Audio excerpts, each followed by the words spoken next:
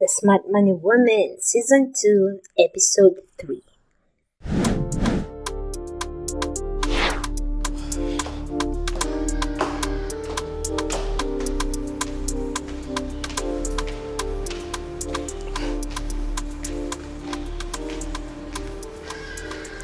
Hi, Daddy.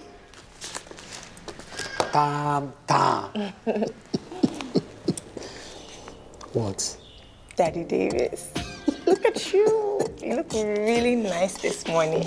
Let me tell you, the drip is dripping. How much? Oh, Daddy. So you're saying I cannot just give you a compliment again? You are the true daughter of your father. How much do you want? Just so you know, I actually think you look nice.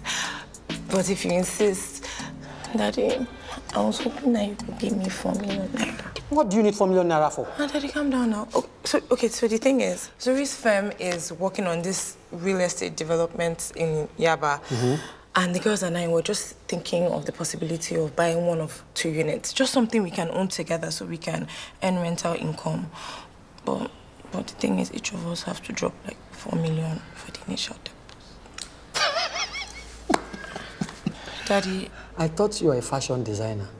When did you start doing stand-up comedy? Daddy. Don't daddy me. If you want to buy into real estate, go and get a real job. Stop all those your obioma going up and down. You know what? I'm doing this morning. Can you imagine? At 32, we're still giving her money? Fuck Daddy Davies. Tami asks her dad for money, something she always does without incident. This time, it does not go well. For some reason, he blows up on her. I don't know if it's because she's asking for money to invest in that apartment she's buying with the girls. He's always given her money. In fact, in season 1, after Ladun's father-in-law, Chief whoever died, he told Tami not to worry about money. He'd take care of her until she got married. So what's this about turn? Is it because it's an investment? I don't know. It was very perplexing to me. As hard as I've thought about it, I don't get it. Then he says to his wife, quote, at 32, we're still giving her money? End quote. This is supposed to shame Tami, and by extension, all people who are of adult age who are supported financially in any way by their parents. I've heard jokes as recently as this morning from Crony Production, and it's not just them, making fun of adults who need financial support. In the skit, these 2 men tell their cousin who's asking them for money that his mother, their aunt, is the older sibling, so it is she who should be feeding them all. When are we going to stop pretending that we live in a meritocracy where people get what they deserve? When are we going to stop pretending that age has anything to do with how much money someone has? There is a child somewhere who can barely walk, who, as we speak, is richer than I will ever be in my wildest dreams. Sending money back home or to your extended family is such a common African practice that I absolutely hate. I saw my dad doing it, and I don't even know any of my extended family. I saw him doing it with his brothers, with his sisters, with his grandparents, parents, like everyone in the family. As long as you have a job, they expect you to share that money accordingly. And that is just something I will not be participating in. I already knew I would never participate in this. Like, how do you come and tell me, oh, my kids are starving? Yeah, they're starving because you're fucking lazy. Get off your ass, get a job, and feed your kids. And also, there's this one like extended family member of ours, and she used to ask my dad for money, and she texted me, and she asks me for money. You've been asking my dad for money since before I was born. I was raised, I grew up. Now you're asking me for money. You lazy son of a bitch. I am not fitting your habits. Clearly, you're too lazy to be alive. I will let you starve. The fuck? Remember when Elsa Majimbo came on the internet to bitch about relatives asking her for money? Talking about an aunt of hers who had been poor their whole lives from the time they were children. They were now adults, rich adults, and she was still poor. What was her excuse? Elsa wondered. There is a carelessness with which we treat people that is as astonishing as it is heartbreaking. I know Tami is not one of the poor, but the people watching in Nigeria and elsewhere are, in part, adults who may still require financial support of some kind from their parents or relatives. That shame we're trying to cast on Tami, a fictional character, is landing squarely on them. A Pew Research study found that 45% of young adults, that is those aged between 18 and 34, are completely financially dependent on their parents. 44% of young adults say they received financial help from their parents in the past year. That's the US, so you can be certain the situation is likely worse in Nigeria. Millennials and Gen Z are faring worse than their parents did at their age. They are poorer than their parents were at their age. Their parents could afford to own a home and raise a family in their 20s and early 30s. They didn't need college degrees and did not need two incomes to survive. Among millennials, only 44% are in a job with a higher socioeconomic status than their parents. Compare this to people who were born in the 1930s, for whom the people who did better than their parents was a whopping 70%. Gen Z are overall less likely to own a home, be married, or have children. About a third of Gen Z still live with their parents because they can't afford to live alone, can't afford rent, much less buying homes. Nigeria has a 35% youth unemployment and underemployment rate. These are the people who this film is shaming. People who have come up during harsh economic recessions and global crises, inflation, wage stagnation, non-existent job markets and such. Adults who are not able to live independent adult lives through no fault of their own. What exactly is the value of punching down while centering women earning tens of thousands of dollars annually? What's the point? Who does this serve? Who is this for? No, Arase, who is this for? My God, I can't. Friendly reminder to parents like rich Daddy Davies, you made that person. You owe them. They don't owe you. You brought them to this wretched place where people have to pay to live, to survive. You made that choice, rolled that dice. You're the one who gets to pay the price. If that means financially supporting your adult child, take that money out of your wallet and keep your flappy mouth shut. Tara Fela Duratoye is the founder of House of Tara. Please welcome her to the stage.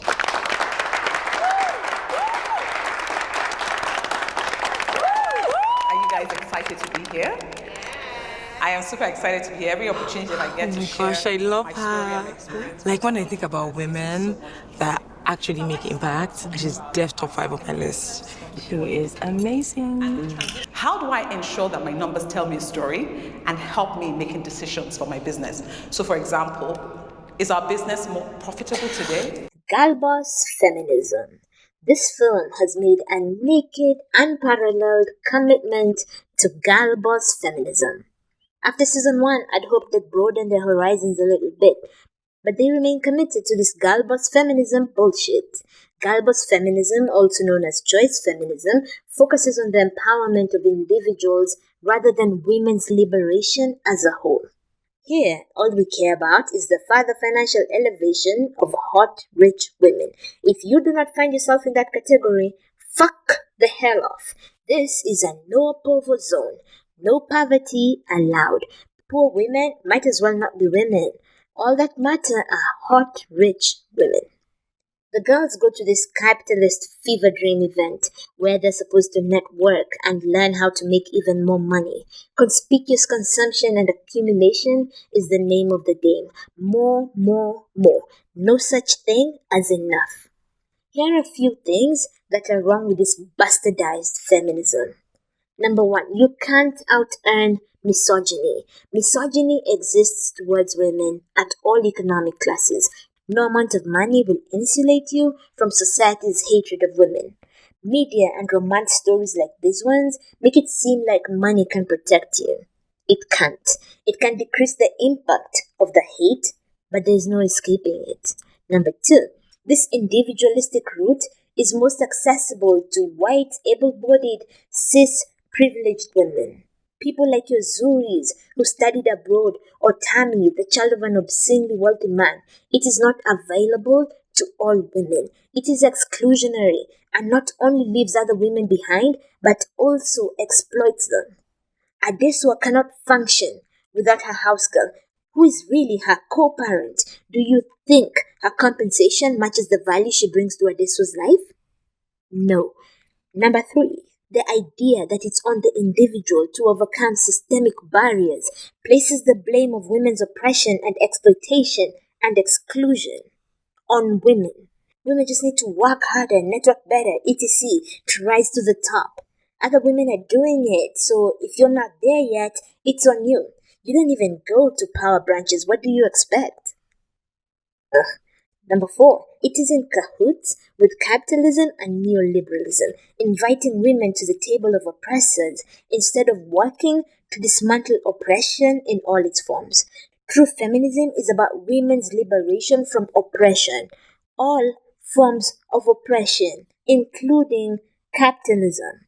We don't support any form of exploitation and oppression. Reject this girl boss choice feminism, white feminism lie. Everywhere it pops up its tiared head. Feminism welcomes all women, rich and poor, black and white, cis and trans, able-bodied and disabled, straight and queer.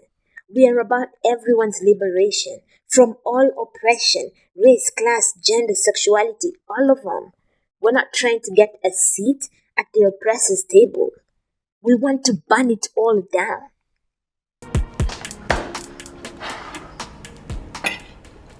I'm worried. What's going on? I don't want you to worry your head about that, Oh, okay? it's too late. I am. Why didn't you tell me? Because of that worried look you have on your face right now, Zuri. Babe, listen. I hope you know that I'd never do any of those things. You're my man. I trust you. Okay. Then believe me when I tell you that I'm handling it. Let's talk about something else. How was your event? Zuri and Tsola. On her way back from the power branch, Zuri sees the article that's causing Shola's money troubles. The trouble he won't talk to her about. Now, the allegations that he tried to bribe the journalist or writer. She gets home and they sit together. She says she's worried. Still, he refuses to talk about it with her, refuses to share his concerns, his worries. This would have made such delicious conflict. Anyway, first of all, his skin. Wow, just wow. Anyway, he says, I hope you know I'd never do those things. She says, quote, you're my man. I trust you. Ooh, what bullshit. What the fuck is that? You can't just assume a man didn't do some shit. Also, it's bribing. Nigeria is like bribe central. No shade. Just wait to hear from his mouth. Always wait to hear. As a wise sage once said, nobody knows men. Even their mothers don't know them. Even they don't know themselves. So yeah, wait to hear what he says. None of that, you're my man, shit, before he's even told you what's up. Otherwise, utalia machozi, you will cry, my friend. Premium tears. Never assume you know a man. How's the Ogiso Towers project going? It's good. I ran into a surprise, but it's good. What kind of surprise are you talking about? Any moment now, Zuri? Long story short, Obina and Teju found the land, and it's owned by Olumide and it's owned by Olumide Sani's family. But when I found that out, I looked into other options. But Mr. Tunde found out and is very intent about making this joint venture work. So, Aren't you gonna say anything? Zuri, you knew what I had to say before you brought up this conversation, didn't you? Okay, well, working on a project with my ex is not ideal, but what do you want me to do at this point? Zuri didn't think it wise to run it by me I first. tried. When? The other night. You promised me your undivided attention, but you left me in mid-conversation. Yes, but still. Tsola, trust me. I need you to trust me. Baby, it's not you that I don't trust. Is Olumide gonna try something inappropriate? Yes. But don't you think I can handle myself? It's that inappropriateness that I don't want you to deal with. Don't you get it? Oh, please. I deal with that all the time. I'm a woman in real estate. I have to deal with men being inappropriate on a daily basis. I mean, if I decide to cut off all the men that try and hit on me, I'd never close out on a deal. Well, if you're waiting for me to keep the okay on you working with that guy, it's a no for me. How about you just let Tejo or Obina handle the negotiations, though?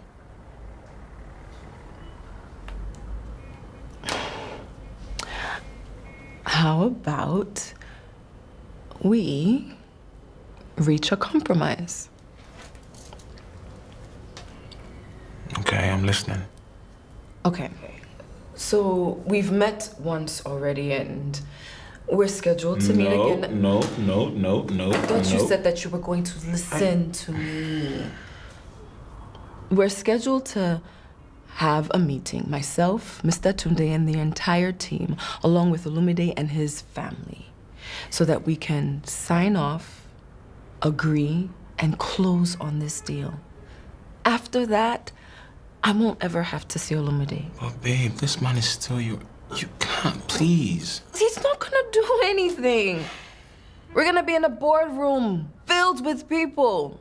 He can't do or try or say any nonsense. Trust me. Plus,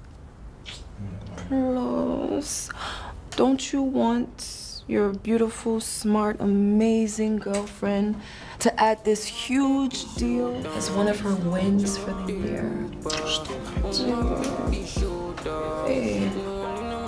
Okay, fine. But hey, one meeting, and that's it. Just a shake on it. Later, Zuri tells Shola that they found the land for their project and it's owned by Olumide's family, the Sannis. Shola's immediately upset, like immediately. Nigga, what? Then Zuri immediately moves into doing that thing women learn to do too early. Manage men's feelings, rushing to calm them, soothe their bruised egos. What bullshit. This is some shit women need to unlearn. Well, it's too ingrained. Always rushing to soothe men's egos. Now he's mad. She didn't tell him before, ran it by him. She said she tried. That time he was busy. Like everyone else I saw online, I'm wondering why in the hell did she need to run it by him? Run some office shit by you? Why?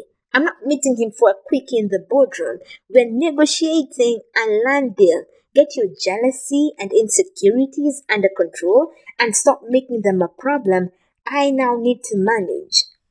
Fuck that. I got too much going on, bitch.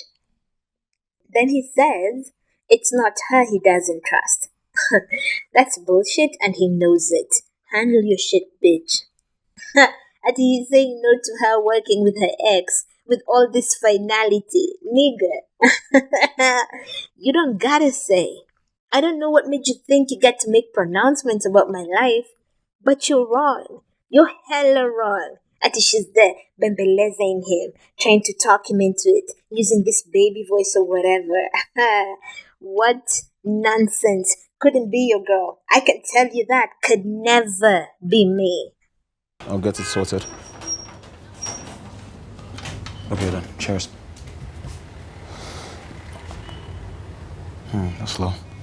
What's this?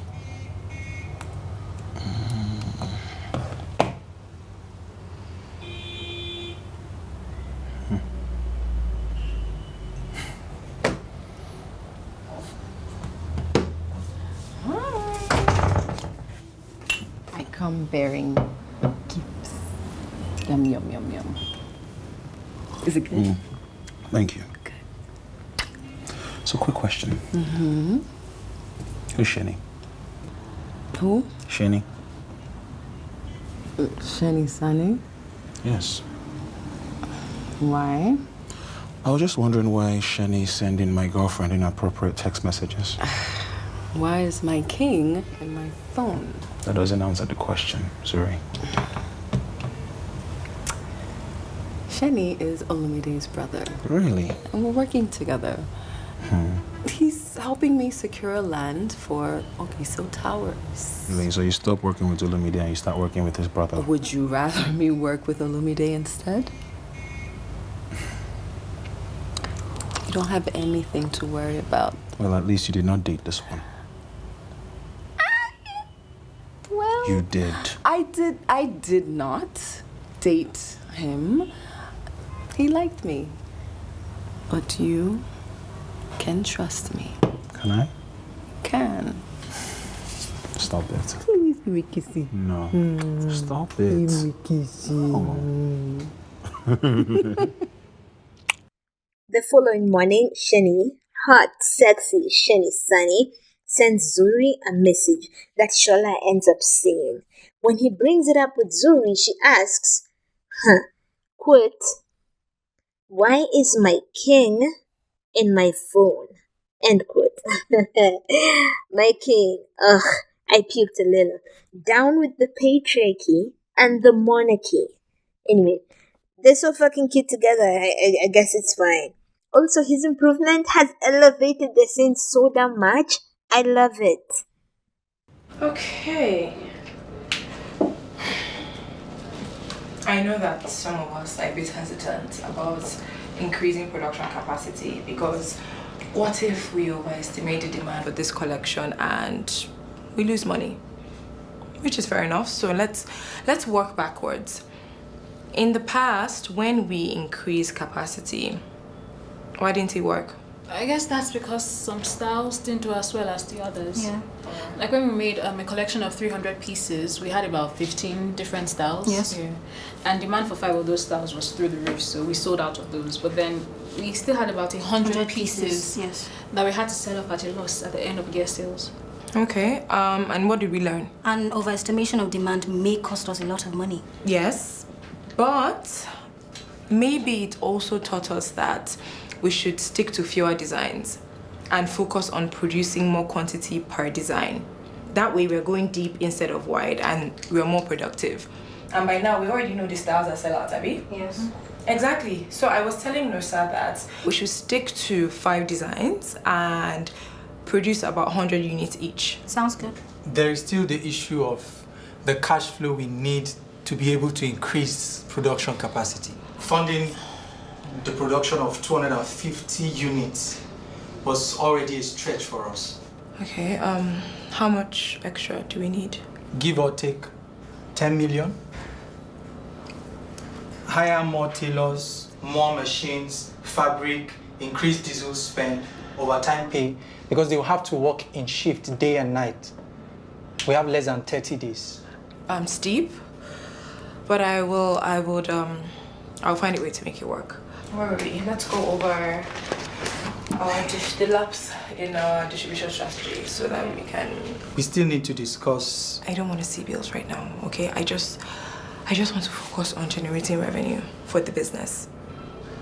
But Tami, I am concerned that we may not have enough liquidity to do all these things. I know, but can we just address it later, like another time? What just happened? That was what I wanted to discuss with you. The generator is in need of servicing or even a replacement.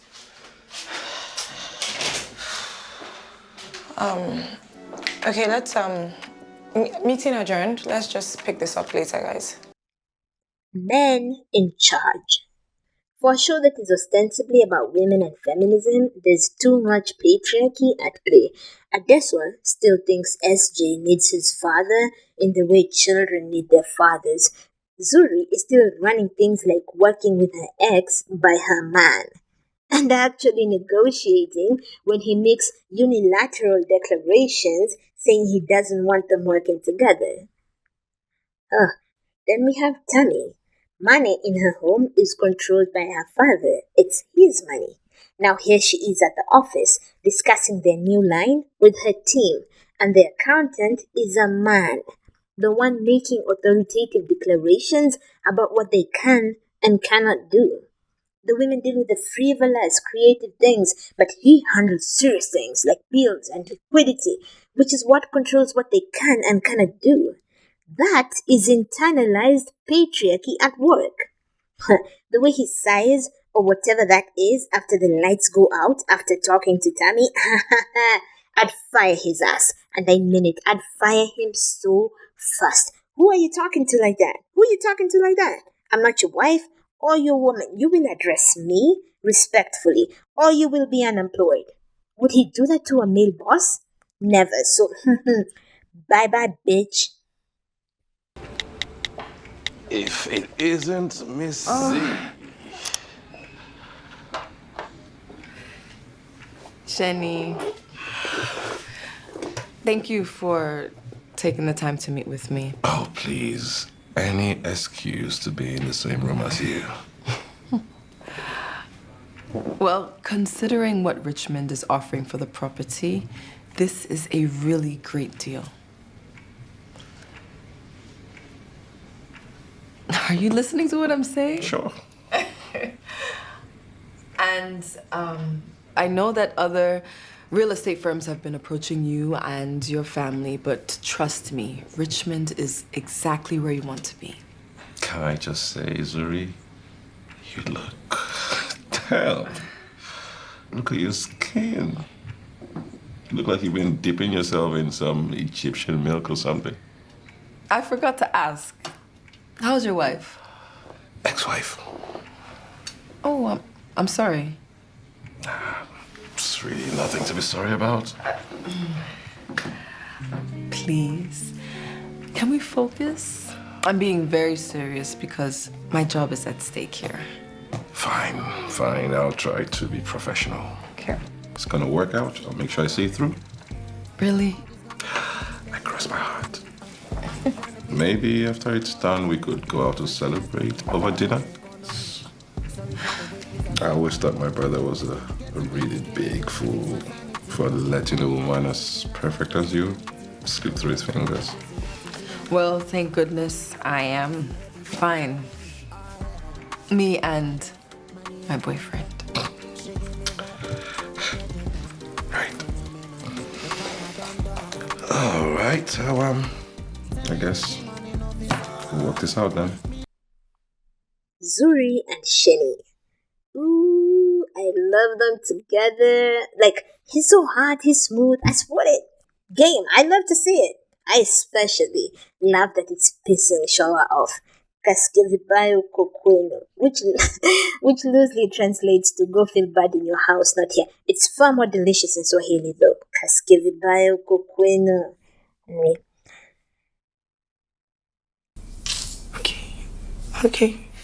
Okay, just calm down. Calm down. You'll be okay.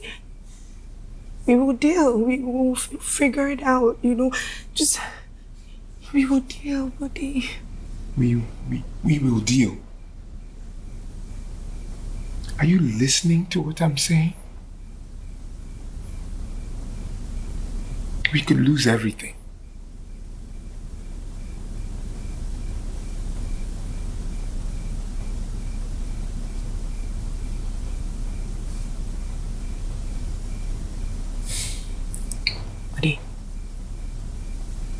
Buddy,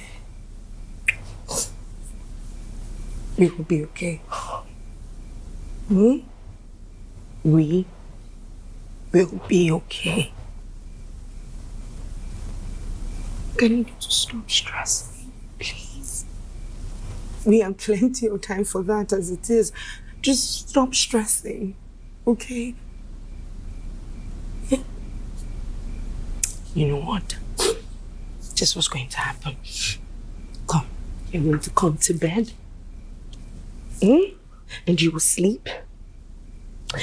Because The fact that we are bankrupt doesn't mean that we will not sleep, you know? We'll be okay. But then I broke with Broko. No keep person. You hear? Do you hear me?